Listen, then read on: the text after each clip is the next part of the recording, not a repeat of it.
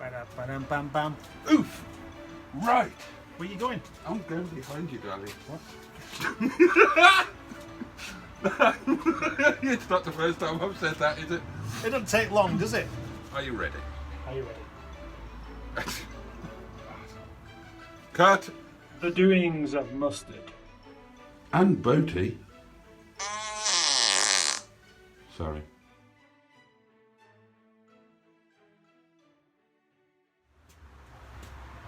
Boaty and Mustard on the prices of fuel.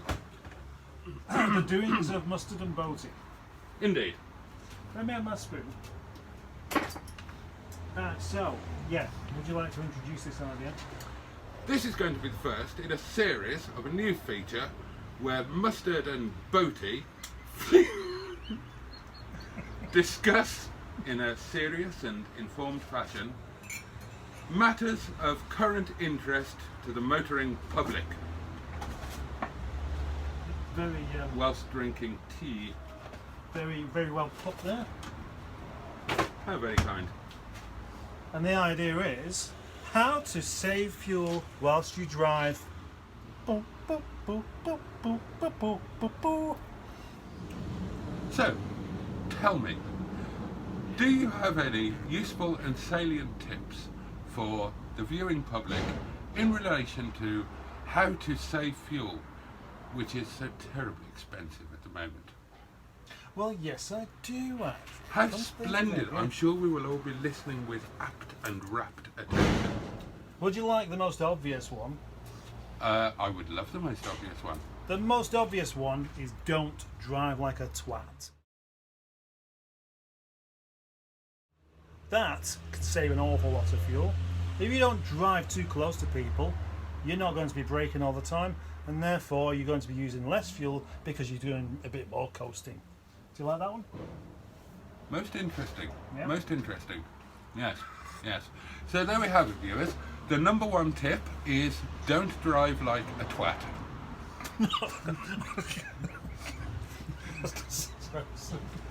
Don't drive like a twat. Don't drive like a twat. Or a tosser. How would people be aware of whether they were driving like a twat or like a tosser? It's a good question. And which is the most economical style of driving? Oh. Tosser driving or twat driving? Tosser. A tosser? I like the idea of driving a twat, fitting a twat with a Fisher-Price steering wheel and... No, you can't get the racks from. Rack and pinion. A tosser will basically push his way through and just keep going. A twat will just drive aggressively and do an awful lot of braking. Tossers don't do much braking, I don't think. No, they like you to just move out of the way. Of course, it should be mentioned that braking in and of itself doesn't use fuel. However, to get back to your perambulation, having braked does require fuel. Yeah. So what we're saying really... Kinetic energy. Indeed, yes. Newton's seventh law of motion. Is it the same? No, there's 4 laws of motion. This was in his subsequent career in the... In the bank. in the sequel. Right. Some more of Newton's greatest hits. Yeah, when he became a Sir. Did he? Sir Isaac Newton. Oh, fair play to him. I was getting him mixed up with Isaac Asimov. Have you ever read any of his stuff? Nope. No, you really should. Won't do. He has some excellent tips on saving petrol. Some of them were slightly illegal. So, the point is that if one drives with extra awareness of situations ahead, minimising your slowing down, thus minimising the need for acceleration, which is where more fuel is used than any other element of the driving process, that is one way to save fuel. Yes. Would you like to hear one of my tips for saving fuel? Yeah. Tyre pressures. Be sure to check your tyre pressures. Underinflated tyres will gobble up. If you're doing that again, I can see you in there. Don't do that to me again. You're not getting away with it again. Not happening, matey. I'm keeping an eye on you. Underinflated underinflated tyres will mean that in order to achieve and maintain any particular speed, more effort from the engine will be required. And the more effort your engine has to make, the more petrol it will require. It's very similar to the human body. Now, if you're just sitting on your fat bastard ass watching television, then you probably only need perhaps 3 or 4 packets of crisps. Whereas if you go out and run a marathon, your body is going to demand more fuel. Well, your little engine in your little car is exactly the same. So try and give your car a life where it is sitting on the settee watching television rather than having to go out and run a marathon. Over to you. Well, that's good advice, and what you could also do is overinflate your tyres, which means that there'll be even less rolling resistance. And the only problem with that, of course, is that you will wear your tyres out. But we're not talking about tyres. We're talking about petrol. Tyres are never going to be as expected. As expectorant. Tyres are never going to be as expensive as petrol. And the other thing is, of course, that another tip I would have for driving and saving fuel is don't worry about it too much. Because you've got to have some sense of enjoyment. If you're driving your car and all you're doing is just crying, you've got no beard. You can't do that unless you've got a beard. You daft bugger. Do continue. Too late now. Have you peaked? No. Okay, so yeah, if you it's like if you have a bottle of wine, you buy it to drink it to enjoy it, and that's simply it. If you want to be, economical with it, you buy it and you don't drink it. You just buy it to look at. It'll never wear out. Do the same with your car. It's such a boring subject, isn't it? And it was your idea. Yeah. Okay, so let's give the viewers a real life scenario. It's July. If we were living somewhere else, it might be quite warm outside. So imagine that you're driving along and you suddenly realise, gosh, I'm too warm. My plums are sweaty. Now, would it be more economical to deploy the air conditioning or to open a window? Good question. Thank you. Yeah. Can I answer that one? Please do. Don't know. Oh. Well, I do know actually. It rather depends on how efficient your air conditioning thing is. Good point. If there's not much gas in it, and you've got it on continually to try and get that tiny bit of air cooler, then you're still using up more fuel using it. Because the compressor's going to be working really quite hard, isn't it? Yeah. Well, it's not going to be working any harder than normal, but you're going to be using it, and it's not going to be doing anything. It will be working harder because at no point you'll think I need to switch this off because I'm too cold. And if you've got a big diesel engine, the compressor's not going to be taking much power away from it. If you've got a small petrol engine, it will. Which is why for many, many years air conditioning was almost never fitted to smaller petrol engine cars. Yep, with good reason. Now, it used to be said that turning on the air conditioning cost you about 5 mpg. Would you say that that is still the case with more efficient current air conditioning systems? I wouldn't. Would you not? Would you say it for £10?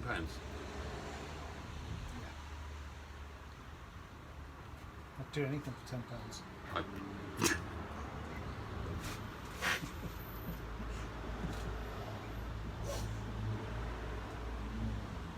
Poor chap. Don't drive with fat people as friends.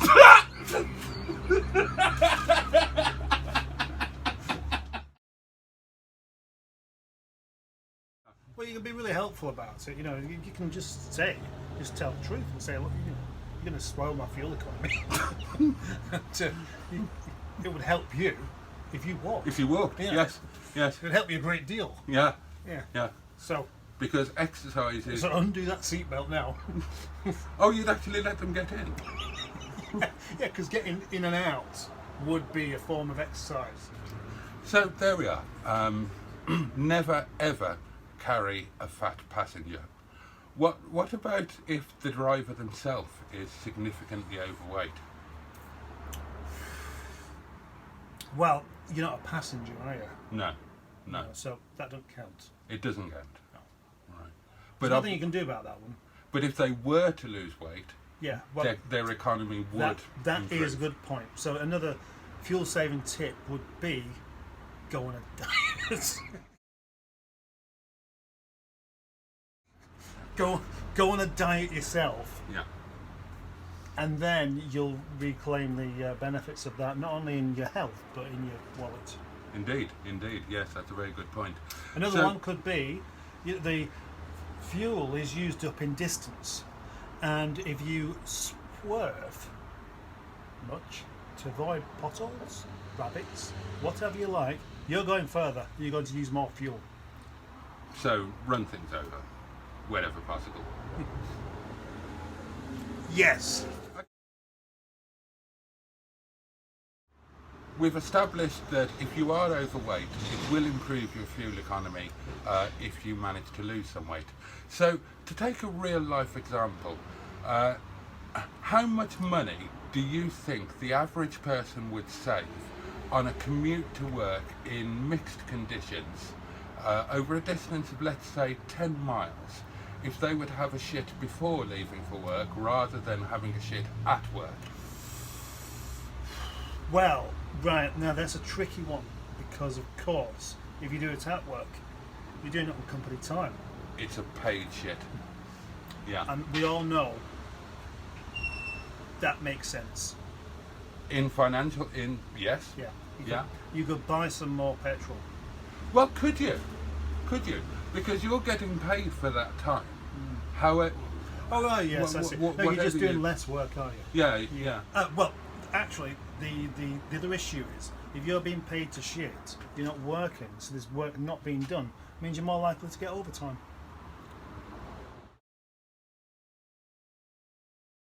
My mother, when she was alive, bless her, ran a nursing home, and she used to make me do unpaid work to repay her for what was, by all accounts, a very difficult birth. And and I had this lovely lady in a stand aid, and I used to pride myself on my bum wiping. I mean, I was really, really, really good. It was like the full 5-star wiping experience.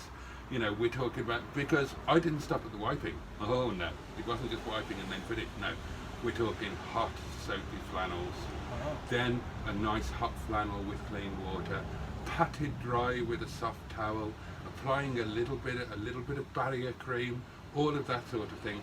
And it was when I was just at the barrier cream stage with this nice lady in the stand aid, which supports him standing up like that, and I'm behind her just applying and she let go this dreadful fart with accompanied shrapnel, and I was really concentrating hard on the barrier cream, so I had my mouth open, and it just went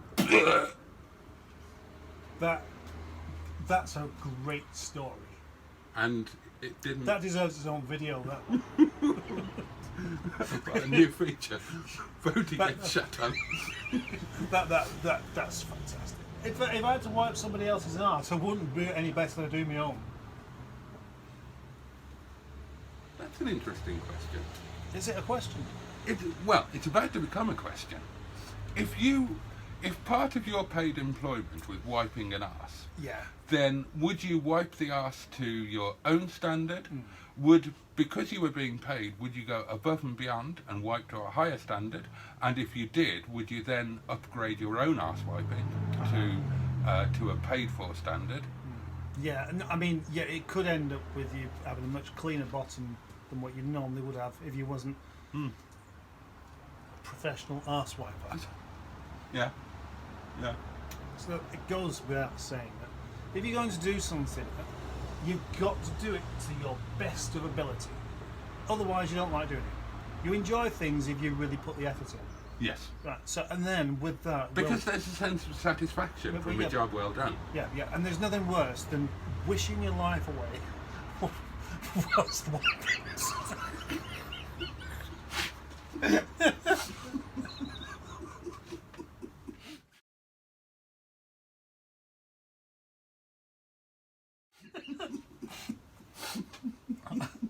I cannot think of anything worse than wishing my life away whilst wiping somebody else's arse.